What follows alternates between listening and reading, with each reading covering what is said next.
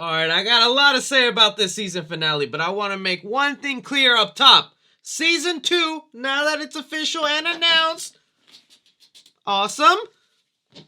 Hashtag justice for Nica. Y'all are doing my girl dirty. We need a redemption, please. Hello, Chucky fans. Thanks so much for clicking on this video. My name is Chucky Boy. The season 1 finale of the Chucky TV series has now premiered in Affair to Dismember. And now knowing exactly what that title means, I'm not happy about it. But what I am going to do here for you guys is giving you my breakdown of the season finale of the Chucky TV series, giving you my honest reaction, pointing out little Easter eggs and details you might have missed because there was a whole bunch in here, but really just my spoiler thoughts and review of the season in general. I'm gonna need you Chucky fans to also give me your opinions down below about this season finale and the entire season. Did it live up to your expectations? Are you excited for season 2? What is on your wish list for season 2? Alright, but without further ado, let's just start going shot by shot with this season finale because I got some things I loved and some little nitpicks I was kind of sad about. Alright, so with the opening of the season finale for the Chucky TV series, they started off with a bang with this line, previously on fucking Chucky. By far the best recap we've ever had. From there, we're following the great Andy Barkley, who has now shown up to Junior's house since this is the last address that Jake gave him, where we see Junior and Chucky now partnered up, starting to roast my boy Andy.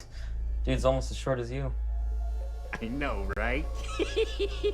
Like, damn, I'm 5'7", I think that's the national average, but leave us short people alone. But with Junior now under the manipulation of Chucky, he decides to play along for the ride, inviting Andy Barkley into his house, playing this fake game with each other where he acts like he's there to buy Chucky the Good Guy doll as a collector, which just reminds me of all the weird encounters I've had when I go to buy stuff off Craigslist. And I gotta admit, through all these little moments, I was getting real scared for my boy Andy Barkley. I had no idea who would be making it out alive this season, but we do eventually find ourselves in the bathroom where Andy has decided to give up looking for Chucky and realizes he's probably not home, leaving the Wheeler premises with then Chucky popping out of the toilet, which I have to imagine is a reference to the Ghoulies poster, another horror movie of a creature that comes out of the toilet. If not, man, that is one risky move to have damn Chucky be popping out of the toilet. It is here though where we get a couple of little interesting tidbits and some Easter eggs to past Chucky movies, where it seems like Chucky is a little bit afraid of Andy and realizes that he probably is one of the only people that could kill him straight up. Also mentioning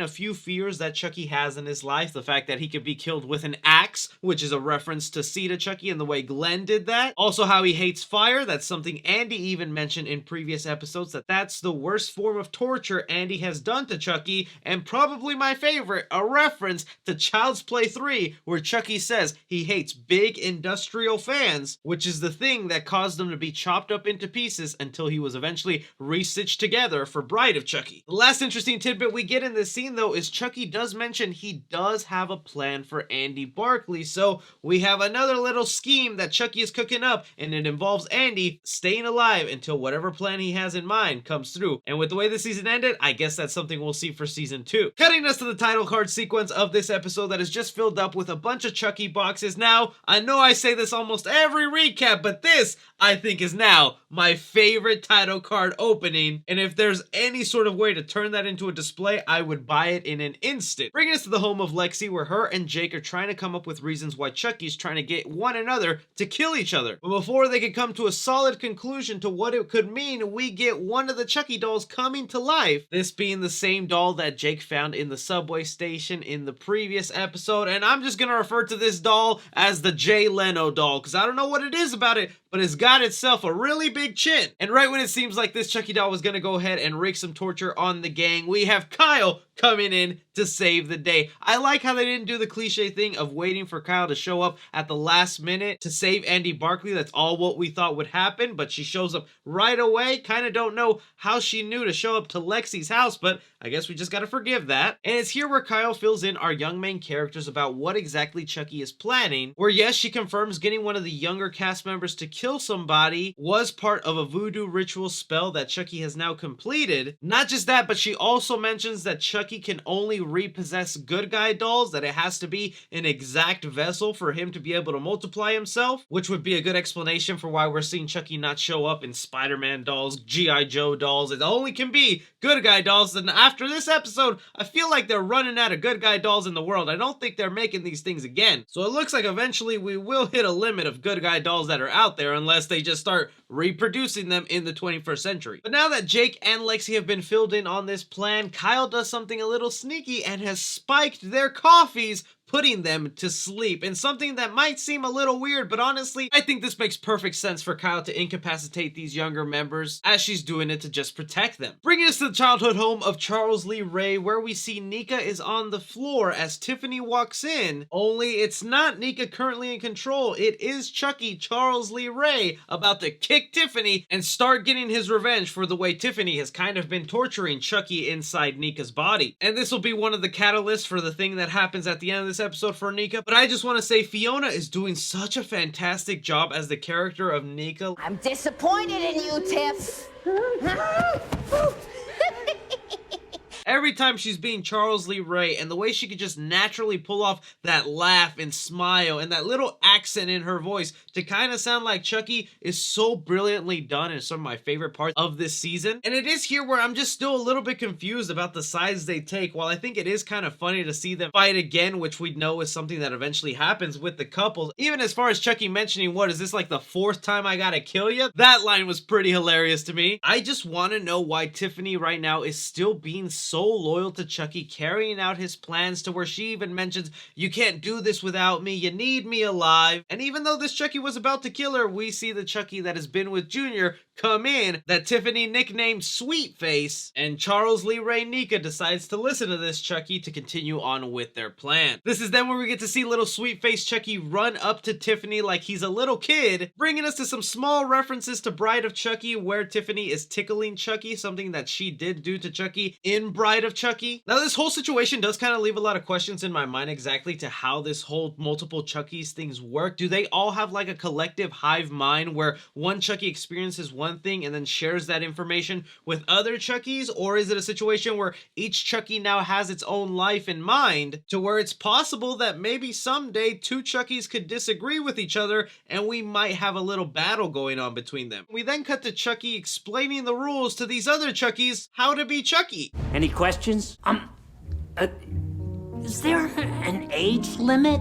No babies. We're not savages. Where Chucky explained the rules that no killing babies, specifically anyone under 5 or 6 years old, which is kind of funny because Andy Barkley, I believe, was 6 years old when he first met Chucky in his movie. But I thought that's a great scene, and I kind of can't wait to see more Chuckies interact with each other for next season. From there, we see Tiffany go ahead and ship off all 72 of these Chucky dolls with a delivery man, cutting us back inside Charles Lee Ray's house, where we see Chucky talking to Nica, which is Chucky again, mentioning Andy Barkley and how he killed off his babysitter, a reference to the first Child's Play movie where Chucky did go ahead and kill his babysitter slash aunt. But what's even more interesting is Chucky is talking to himself. We see that Tiffany is kind of getting jealous or annoyed with the situation, where Tiffany tells Chucky that he kind of needs to get over himself. It's also worth pointing out during this argument that Tiffany comes clean and admits that she's the reason that the cops found him the night Charles Lee Ray died in the first Child's Play movie, is because Tiffany called Detective Mike Norris himself. I'd like to speak to Detective Mike Norris, please. I have some information. Name dropping him in a character I would love to see again in the future. Tiffany eventually slaps Nica, causing the souls to shift in between, and Nica comes back out of the body instead of Chucky. And now with Nica in control of her own body, Sweet-Faced Chucky is no longer interested in having a conversation with her, instructing Tiffany to kill off Nica for good, as he says, Kill her. I'm sorry? You know what that does to me. kind of implying that every time Nica comes back to life in her body, it hurts Chucky in a way. But because we know Tiffany is now madly in love with Nica for some reason, she could not really bring herself to do it, and instead decides to kill Sweet-Faced Chucky, decapitating him in a very bloody and gruesome way. This was pretty epic to see, and I thought this would be one of the craziest ways Chucky would get killed in this episode, and it was not. But now with this Chucky gone, Tiffany still decides to want to continue on with his plan, and I'm like, I really really want to know, why does Tiffany want to keep doing the plan of the person she currently hates right now? Tiffany instructing Junior to tie up Nica as she has more important things to do, grabbing a pink suitcase that has a trigger bomb inside, leading to one of my favorite Easter eggs that I was hoping was a hint to a big reveal at the end of this episode, but it wasn't. Isn't it cute? My darling Glenda gave it to me. They have exquisite taste. Where Tiffany explains that the suitcase she got was from her daughter Glenda, another reference to Chucky and Tiffany's kids that you could kind of explore a little bit on, because Tiffany does mention they have exquisite taste, and nowadays in our modern era, they, them can be a pronoun for one person. And while that could certainly be the case here, I do think that in this situation, she might actually be talking about multiple they, thems, because she referred to her child as Glenda when earlier in the season, Chucky mentioned he had a son, Glenn. And if we're still going with Seed of Chucky being canon, by the end of that movie, Glenn and Glenda were split up into two different bodies, one a boy, one a girl. So I feel like maybe that's what she's talking about, is they have exquisite taste and that maybe she's still on good terms. I feel like this could be the only reason Tiffany still does the things that Chucky tells her to do, is maybe Chucky somehow has Glenn and Glenda hostage, or the promise is that as long as Tiffany does everything Chucky says, Chucky won't ever go after Glenn and Glenda and just let them live their lives. But now that Junior and Tiffany are heading out, we see that Devin is left alone with the severed Chucky head and Chucky body right when Andy shows up to save the day. Now I do want to mention this might be a little reference to Child's Play 1988, where we had a Chucky head and a Chucky body by the end of that movie going after those characters. It seems like that's what they were maybe doing here. But now that Devin informs Andy what exactly is going on, Andy wants a little bit more information, deciding to pull out his lighter to this Chucky head, something he's had major experience with since we found out earlier this season that he basically spent 4 years torturing that Chucky doll, and the best way to get answers out of Chucky is to do it with some fire. But before we can get those answers, we do see Kyle coming into the home of Charles Lee Ray, activating the little booby trap that Tiffany left behind, causing the house to explode in a way where I'm like, how the hell did these characters survive that event? From there, we cut to the following morning where Jake and Lexi are now waking up from the sedative that Kyle gave them, looking at their phone at the recent news where it's reported that the Charles Lee Ray home has exploded, and since this is the last location they knew Devin was at, they fear that their friend is now dead. This brings Jake to go to Devin's home in remembrance of the person he loves, only to see that Devin is still alive. As that couple reunites, we cut to the mayor, who is now having her press conference, setting up the town screening of Frankenstein, where she also introduces Tiffany as the celebrity guest. This is where we get a better idea of the plan Tiffany has for all these 72 good guy dolls, to where by the end of this event, they will be donating those dolls to children in need across the US, finally revealing the ultimate plan Chucky had is just to spread out as far as he can throughout the US, either getting revenge on people that are still alive from his past movies, whether that be someone like Tyler or the Kincaids, or just being able to find more victims to have some fun with. That's a pretty crazy idea, and I wonder if we'll get to see it fulfilled in season 2. And as this press conference is going on, we see that Junior has manipulated Lexi into stepping into the theater all by herself, bringing us to a trap that Junior has set up with Chucky to either manipulate Lexi into going on their side or killing her. And I gotta say, this was a pretty tense moment, especially for Junior having this turning point where at the beginning of the season he was kind of getting mad at Lexi for bullying Jake, to now he's a full-out killer. But it looks like Jake wasn't all bad, because as Lexi is rejecting his deal, Chucky's instructing to now just kill Lexi off. He decides to protect his once girlfriend and kill this Chucky while also getting himself killed in the process. Really sad to see Junior go, but I think after a character kills off their father brutally, there's really no redeeming after that. As all that's going on behind the movie theater screen, we see that Chucky, sitting next to Coraline, has a little plan of his own where he decides to get under the movie theater seats, and I just want to say, this is now a new fear unlocked for me, where when I go to the theater for the next couple months, or maybe the rest of my life, I will be religiously checking underneath my seat to make sure no one is butt poking me with a knife. I also think this is a reference to the first Chucky movie, that whenever Chucky was going after Detective Mike Norris, he was going ahead and trying to stab him underneath the seat. And while he was unsuccessful with Mike Norris, he was definitely successful with Lexi's dad, killing him off, man, in what was a really gruesome kind of cool way to go, because we see the mom come in with popcorn and him just drool all this blood and then she taking a bite of it. Super creepy stuff, and I loved it just as much as I love seeing Chucky poke the butts of other people in this theater. But now that the theater has cleared out, it is now just Jake alone with this Chucky doll, and what I gotta say is some great writing. I like this dialogue that was happening between Jake and Chucky, to where I feel like this is kind of a commentary on mass murders in real life, that whenever they do happen, most of the time the people that get talked about is the actual killer and not the victims themselves, and that's kind of what Chucky is talking about here. Is I'm gonna continue to be famous, everyone's gonna continue to talk about me, and this town will only be known because of me. Other little moments in this brawl that I like between Jake and Chucky is how he starts mentioning the Damballa god. You're nothing against the power of the great almighty Damballa, which is the voodoo god that has granted him these abilities from the beginning. You never really see Chucky kind of talk about him like that, and even Don Mancini, the creator, has stayed away from that, but now it looks like they're super leaning into the voodoo side, and I love it. I also even like when Chucky was talking about the strength he has as a doll. How could a little doll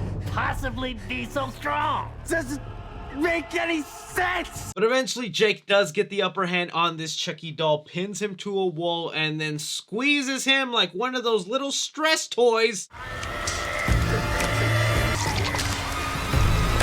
having Chucky's eyes just gouge and pop out. I plead you again, Funko, if you are listening to me, I need Funko Pops of all these new Chucky looks. I would love me to have a Chucky doll where its eyes pop out. Also, please don't cancel me, but I laughed so hard when Chucky said this. I accepted you. Your father never would have. If you only got the chance to meet Devin. Oh, that is so gay. And also, yes, this line, watch your fucking mouth. That's my boyfriend you're talking about. Kind of corny, but also really sweet. Bringing us to the trio outside of the theater to deal with the aftermath of everything they just went through, and I am really liking these characters. This was honestly a great little moment for them, and now I do consider them to be family. But even though that Chucky doll in the theater is now dead, Tiffany herself still is instructing this delivery man to make it to the airport so that these dolls can be shipped out to all these different locations, to where we shouldn't have been surprised at all that Andy Barkley is alive and decides to knock out this driver, taking control of the delivery car that holds all these dolls. Gotta say, it's also pretty badass to see Andy all scarred up and whatnot. I'm just really glad they didn't kill off his character, because I was scared they were going to. Most likely having a plan to try and get rid of all these dolls, where we get a sweet little cameo surprise of Tiffany in doll form. And man, was this a great way for her to pop up, because this is kind of significant. Andy Barkley never met Tiffany or knew that there was a Tiffany Chucky doll, because by the time Bride of Chucky came in, they kind of gave up on the Andy Barkley storyline. So this is the first time these two characters are interacting and meeting with each other, and it looks like Tiffany is gonna force to go ahead and make through with the delivery to have these dolls be sent out to different locations. I'll give you my theories on what that could be in a sec, because now we gotta move on to the part I hated the most in this episode. It broke my heart. We cut to Nica, who is now being held captive by Tiffany after she's done the deed that Chucky has wanted from her to deliver these Chucky dolls across the world, having the doll version of herself take care of that situation. And now her human self can stay and be in love with Nica. Only problem is Charles Lee Ray Chucky is still inside of her, and every time he comes forward, it's a bit of a problem for Tiffany, so she decided the best way to take care of that is to remove Nica's legs and arms, and jaw to the ground and heartbroken, man. I am so conflicted on this. Don't get me wrong, it was a very scary, creepy, and eerie moment where I was like, what the hell? I think anybody would find that situation super torturous, along with no one wanting to be put in that situation. But like, why are y'all doing my girl Nica so dirty? You know how bad I feel for this character? Trying to unpack my thoughts a little bit on this, I guess it does make sense why Tiffany would do this, okay? If Chucky comes back to life in that body, he can't get up, run away, or grab a knife with his arms. But the other side of me that is just conflicted on this choice as a fan is, one, I think Nica is one of the most recent important characters to the series. Back when Seed of Chucky came out, I was just not a fan of the comedic take on Chucky, turning him into a family man character, having him have a son, a daughter, a bride. I was like, just not feeling that. So then when the series introduced Nica, went back to the horror roots, started doing something exciting with it, I really fell in love with the character of Nica, not only because Fiona Dorff is an amazing actress, but I found it super interesting how they were able to tie in an unknown character like Nica to Chucky's backstory from the very first movie, and now one of your best actresses on the show was just kind of reduced all season to just screams and crying and panicking. In my mind, I'm kind of like, look, Fiona Dorff as Nica is a really great character. There's so much more you could be doing with her. And then just seeing what happens to her at the end of the season, I am heartbroken as a fan of Nica. I need some justice for her. I don't know what you got planned for her in season 2, but it better be a nice hefty role where she's not just crying and screaming all season. She might have been stuck in a wheelchair, but the character did so much in Curse and Cult of Chucky, and now turning her into this vegetable, I just feel really bad, and I just want something good done for her. I know I'm sounding like a whiny brat, but I'm just trying to be honest. From there, it does take us to the cemetery where we are seeing the trio pay a visit to all the fallen members of the Wheeler household, and what I think is a very sweet and endearing moment with the trio. But you might also notice that Miss Fairchild, the teacher, seems to be the one who drove them there, kind of maybe implying that she has adopted Jake or Devin into her house. Not just that, but also letting us know that the cops have let Miss Fairchild go and she's no longer a person of interest in this case. And look, maybe that's what the plan for Miss Fairchild was this whole season, and the reason why we were getting a lot of screen time for her and maybe she was acting suspicious is because the show wanted her to be the adoptive parents of Jake or Devin by the end of it. But part of me still feels like maybe there is something up there, and now in season 2 they could expand on that. But you know who else survived? It looks like Kyle herself, as we see one of her black gloves touch the tree, watching over the trio at the cemetery, kind of letting us know that Kyle has survived. And if we weren't too sure about that, it does bring us to an end where Chucky is sitting at a fireplace and basically does my boy Dead Meat's job for him, where he gives us a kill count for the season. But it is worth pointing out, and what some fans are wondering about, is in this kill count, Chucky mentions that someone died in the explosion that was caused at Charles Lee Ray's house, and well, we know Andy survived, we know Devin survived, and I feel like we can assume that Kyle is alive because we see her hand and glove at the end of this episode. So unless Chucky is counting that Chucky doll body that is in the Charles Lee Ray household, I don't know who else it could be that died there. I guess maybe another theory is that instead of that being Kyle's hand, it could be Andy Barkley, as he was given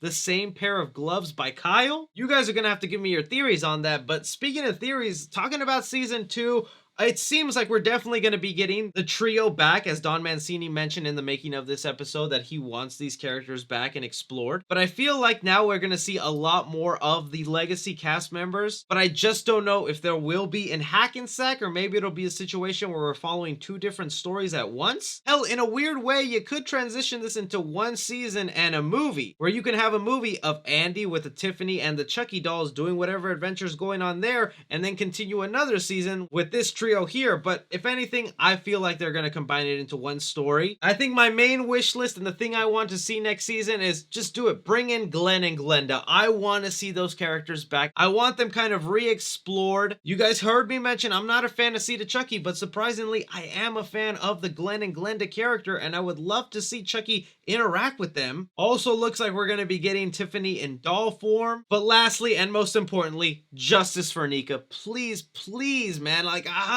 feel so bad for what happened to her this episode. But that's where I'll leave it off to you guys. I want to know, what did you think of the finale for the Chucky TV series? Did it live up to your expectations? What did you like? What didn't you like? What is your wish list for season 2? Anything and everything, be sure to like and subscribe. Follow me on Twitter at 3C Films or on TikTok at 3C Films. But as always, I'm Chucky Boy. Take care.